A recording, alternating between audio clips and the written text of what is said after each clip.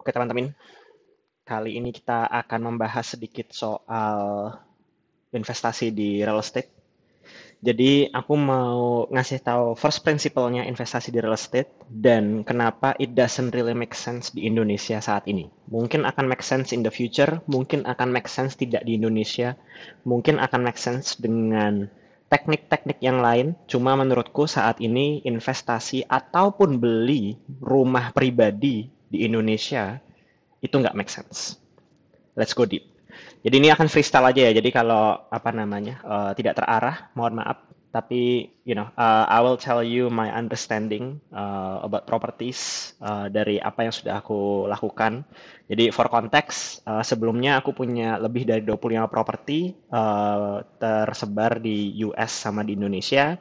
Banyak yang aku pakai buat rental, buat kos-kosan, buat Airbnb, ada juga rumah pribadi. Ya, sudah merasakan naik turunnya market gitu dan sudah merasakan profit dan ruginya yang mencapai miliaran. Dan conclusionsku adalah don't do it, especially not in Indonesia. Lebih kalau di US actually in some states di beberapa kota itu masih make sense, tetapi kalau di Indo menurutku dimanapun nggak make sense. Tapi sebenarnya mari mungkin kita mulai dari hitung-hitungannya dulu kali ya. Jadi the first principle supaya teman-teman tahu kayak sebenarnya at what point real estate investment to make sense. Jadi real estate itu ada 4 cara make money. Yang pertama adalah through appreciation. Jadi ini ketika harga properti naik ya, harga properti naik. Kenapa harga properti naik? Karena demand-nya nambah. Kenapa demand-nya nambah? Bisa berbagai macam cara gitu ya. Either demand nambah atau supply turun. Bisa berbagai macam cara. Tapi generally menurutku yang paling penting adalah demand real estate itu naik karena tanah itu terbatas. Sedangkan manusia nambah terus. Which by the way, kalau misalnya equations ini berubah ya, tanahnya bisa nambah dan manusia nggak nambah, itu berarti sangat bisa mungkin actually harga properti nggak naik. Jadi tolong dipikirin ya, bahwa harga properti naik itu gara-gara supply and demand. Harga properti itu nggak selalu naik. Oke, sebelum aku komentarin, let's go the four breakdown dulu deh. Yang pertama appreciation. Harga properti itu jadi kita bisa dapat duit dari real estate itu dari appreciations, dari kenaikan harga dari properti sendiri. Yang kedua adalah dari cash flow. Ini dari rental kah, dari apa namanya, either short term atau long term ya. Kalau short term rental itu contohnya Airbnb, kalau long term itu kayak kos-kosan gitu. Bisa juga disewain buat kantor, buat kontrakan dan kawan-kawan ya. Bisa juga kita nyewain bagian apa namanya, halamannya menjadi disewain untuk usahanya orang lain gitu. Tapi intinya cash flow, dapat duit dari kita usahakan. Gitu ya. Terus ketiga adalah tax benefit. Jadi di beberapa negara mereka itu memang mengencourage kita untuk beli properti. Contohnya kalau di US, kalau kita beli properti, eh, properti itu kan ada cost-nya ya, dari maintenance-nya, dari bayar bunga cicilannya, dari bayar apa namanya, perbaikan rumah gitu. Itu bisa digunakan untuk motong pajak penghasilan kita. Jadi ini apa namanya, cost dari properti bisa memotong apa namanya, pajak penghasilan. Kalau kita bahkan mengaku bahwa kita adalah orang properti, ini kayak nggak ada batasnya bahkan ya. Awalnya biasanya cuma ada maksimum kayak mungkin sekitar $30.000, $40.000 gitu ya. Sedangkan kalau misalnya kita ngaku kita orang properti, semua income kita bisa kita klaim bahwa itu income dari properti dan itu bisa motongnya bisa sampai jutaan dolar. Jadi this is the reason kenapa orang itu ketika di pembukuan selalu ngaku ketika punya properti itu rugi. Kenapa? Supaya nggak kena pajak. Supaya bisa motong pajak dari penghasilan yang lain. Gitu. Walaupun secara cash flow, secara uang masuk di bank, sebenarnya mereka nambah duitnya, tapi di pembukuan mereka akan selalu mengaku rugi. Kenapa? Supaya pajaknya bisa bagus. Dan tax benefit ini lumayan masif ya. Orang kayak Donald Trump, Robert Kiyosaki, orang-orang kayak gitu tuh punya banyak properti bukan karena it's making money, but because they want to use the tax benefit supaya bisa cut their penghasilan gitu dengan mengurangi pajak. It's legal by the way, itu nggak haram ya. Jadi di Indo seingatku juga ada interest rate-nya bisa buat motong tax kita, tapi I don't know the details there. Karena semua properti yang aku beli di Indo semuanya aku beli dengan cash, nggak pakai cicilan.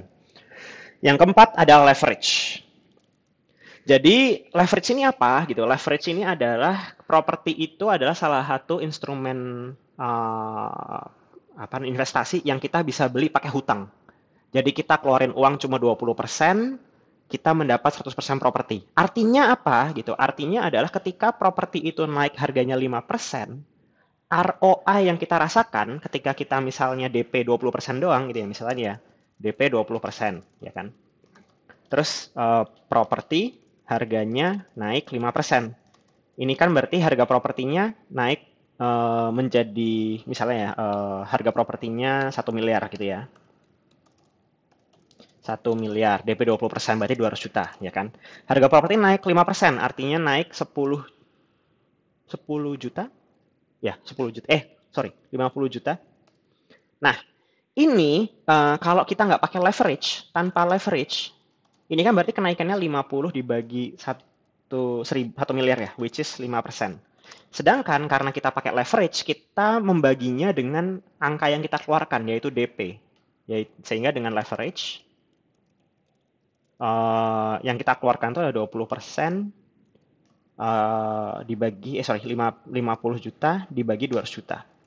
Menjadi 25%. Right.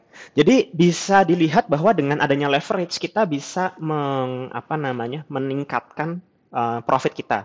Which also kalau harga propertinya turun, yang sangat jarang terjadi karena manusia masih bertambah terus, especially Indonesia dari tahun ke tahun. Properti ini defaultnya harganya naik gitu ya, walaupun makin lama makin nggak banyak. Dia dengan leverage angkanya bisa berlipat-lipat gitu, dari awalnya cuma 5% jadi 25%. Wah, mantul kan gitu kan. Nah, sekarang ini first principle-nya. Jadi kayak ketika kita melihat properti itu cuan apa enggak, kita harus melihat dari 4 benefit ini gitu. Dan dilihat dari nomor satu ini udah diurutin dari based on priorities, based on kayak mana yang sebenarnya harus kita liatin supaya keuangan kita sehat. Jadi kenapa tax benefit aku taruh nomor 3, nggak taruh nomor 1, walaupun angkanya bisa besar, karena kalau kita mengutamakan tax benefit dengan income dari properti kita negatif, ya itu sebenarnya artinya keuangan kita nggak sehat gitu kan. Dan kalau kita memaksimalkan leverage, again, leverage goes both way. Naik juga naik mentok, turun juga turun mentok gitu. Jadi kalau lagi suram banget ya suram banget lah gitu. Nah, sekarang let's get into kenapa eh, apa namanya invest di properti di Indonesia itu nggak cuan. Oke. Mungkin kita cover dari dua arah aja ya, which is appreciation sama cash flow. Jadi, properti di Indonesia itu on average bisa kita cek dari NJOP, dan itu datanya publik ya. Itu bisa dilihat bahwa kenaikan itu mentok di 15%. Ya. Di Jogja, Jakarta gitu ya, kota-kota kecil, kenaikan per tahun 15%. Gitu ya. Jadi growth appreciation per tahun 15%. Ini mentok. Dan ini pun untuk properti rumah. Ya. Kalau kos-kosan itu appreciation-nya lebih kecil. Kenapa? Karena nggak ada yang mau beli. Jadi ingat, pembelian appreciations dari harga properti itu based on supply and demand. Kos-kosan itu demand-nya kecil. Kenapa? Karena nggak semua orang butuh kos-kosan. Semua orang butuh rumah, tapi nggak semua orang butuh kos-kosan. Sehingga kalau kamu bikin kos-kosan, harga propertimu itu nggak akan naik dengan besar. Jadi jangan berharap growth appreciation 15%. 5% aja udah bagus gitu. Kalau apartemen bahkan angkanya bakal turun itu appreciation. Coba kita cek sendiri di di rumah 123, di 99.co gitu ya. Apartemen tuh harganya turun. Kenapa? Karena apartemen itu supply-nya banyak. Supply-nya banyak dan makin lama makin modern gitu ya. Jadi orang tuh nggak mau apartemen-apartemen yang lawas, yang lama gitu. Sehingga appreciation-nya justru malah turun, nggak even 5%, nggak even 10%. Harga apartemen tuh turun harganya. Coba cek Kalibata deh. Dari tahun dulu sampai sekarang harganya masih aja sekitar 300 sampai 500 juta. Jadi itu. Pertama, growth appreciation per 15 tahun ini udah bagus, udah mentok banget gitu ya. Um, Sehingga what should we expect adalah around sekitar 6-10% lah. Gitu. Nah, eh, implikasinya apa? Implikasinya adalah kita sebenarnya bisa invest di media-media yang lebih bagus. Contohnya apa? Saham US, di mana apa namanya?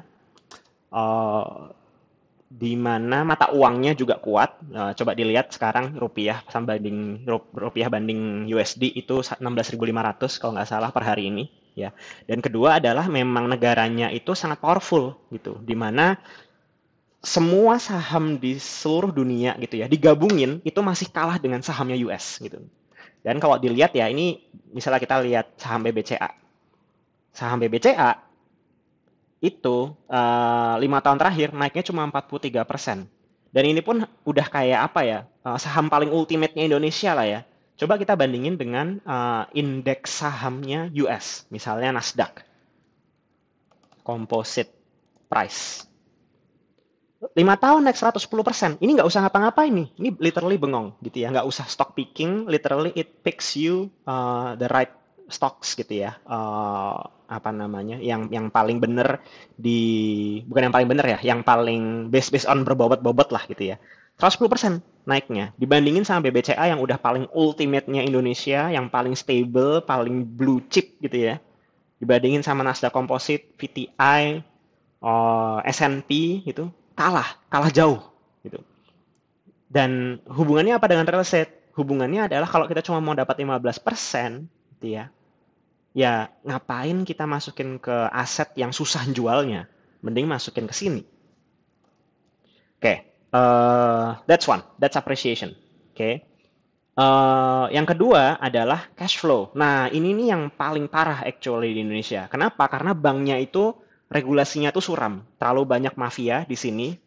Implikasinya apa? Implikasinya adalah bank di Indonesia itu adalah bank dengan margin paling besar antara bunga bunga negaranya, bunga apa nasionalnya dibandingkan bunga yang disodorkan ke nasabah. Itu paling besar gitu ya. Ya obviously alasannya banyak. Misalnya kalau di US kalau kita punya apa namanya utang gitu ya, utang itu bisa diperjualbelikan. Kalau di Indonesia nggak bisa ya sekali BCA, BCA terus yang megang.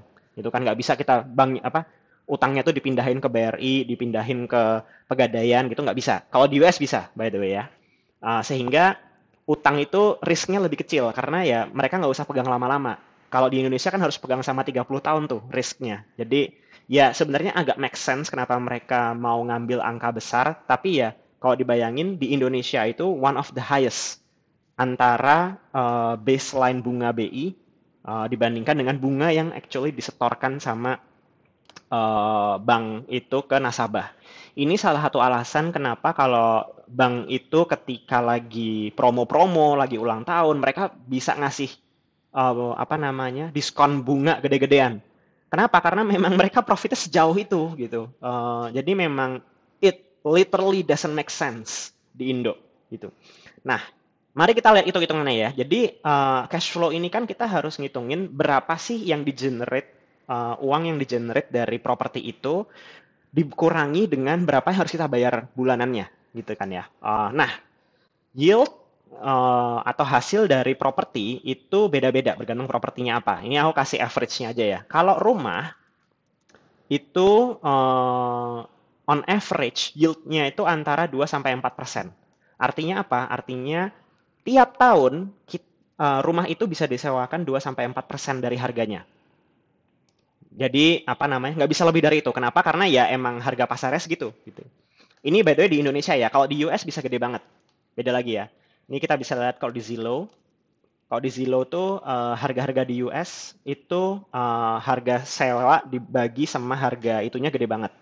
Ini 200 ini lah harga sewa dibagi harga jual per tahun harga jual. Misalnya ya, aku kasih salah satu contoh mungkin propertiku ya. 14 eh, O11014W14TH Chicago. Nah, ini aku tunjukin. Ini adalah propertiku. Kira-kira harganya $175.000. Oke. Which is sekitar 2 atau 3 miliar gitu ya. Properti ini itu kalau disewakan, aku udah ya karena aku yang nyewain ya. Ini harganya $1.610 per bulan. Jadi 1.610 per bulan dibagi 175 gitu ya. Nah, 1.600 ini harus kalikan 12 dulu. Berarti 1610 dikalikan 12 sama dengan 19.320. 19.320. Ini berapa nih? 19.320 dibagi 17.500. Kalikan 100. 11%. Jadi kalau di US, yield dari sewa sebuah rumah itu bisa 11%. Kalau di Indonesia nggak bisa tuh. Coba cek aja rumah 123, di OLX, mentok rumah tuh 2-4%. Nggak bisa. Gitu. Jadi ini kenapa aku bilangnya khusus di Indonesia tuh nggak bisa gitu, nggak cuan beli rumah tuh nggak cuan gitu. Yang cuan kalau beli rumah tuh siapa? Property developer sama real estate agent. Jadi pertama ini ya, rumah itu cuma 2-4%. Kos-kosan itu sekitar 4-8% di Indonesia, again. Apartemen ini angkanya bisa antara 6-15%. 15% di mana? 15% di Kalibata, di mana tempatnya itu ya dipakai buat hal-hal yang kita inginkan. Hal-hal yang shit, apa sih itu?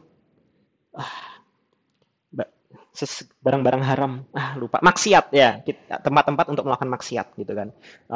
Angkanya bisa sampai 15% gitu.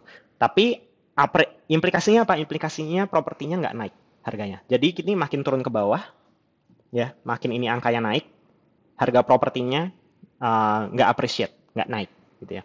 Nah, sekarang gini gitu ya, harga sewa itu yieldnya sekitar segitu, itu masih sebenarnya masih oke asalkan bunga banknya itu masih make sense. Bunga banknya masih make sense.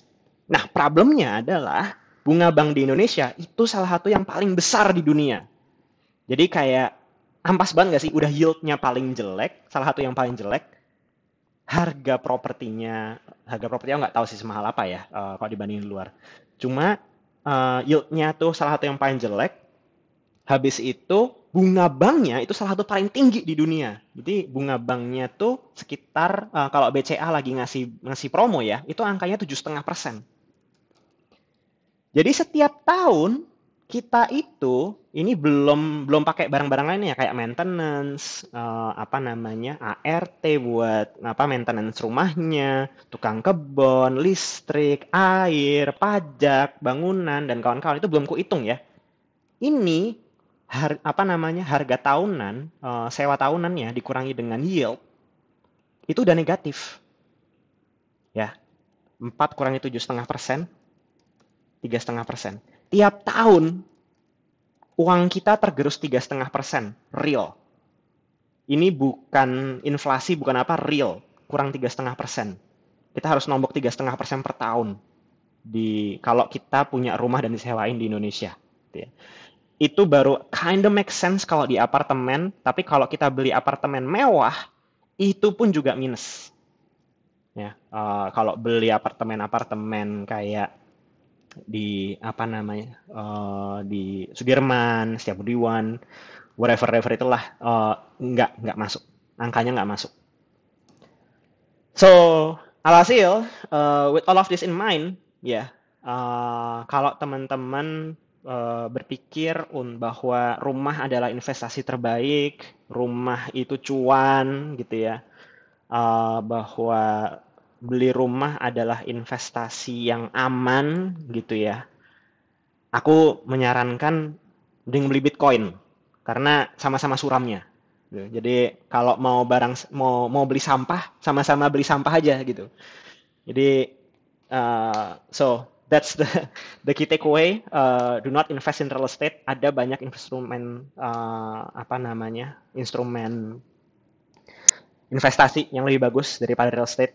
By the way, jangan beli Bitcoin juga. Aku juga nggak punya terlalu banyak Bitcoin. Anyway.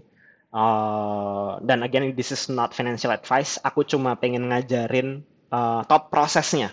bahwa first principle-nya ketika kita mau beli rumah tuh sebenarnya tuh mikirnya apa sih gitu ya. Jadi jangan serta-merta ketika orang bilang, "Oh, ini harganya lebih murah, Bang, dari 20% dari tahun lalu." Jangan jangan percaya apa yang agents bilang, developer bilang. Kayak semua itu bullshit.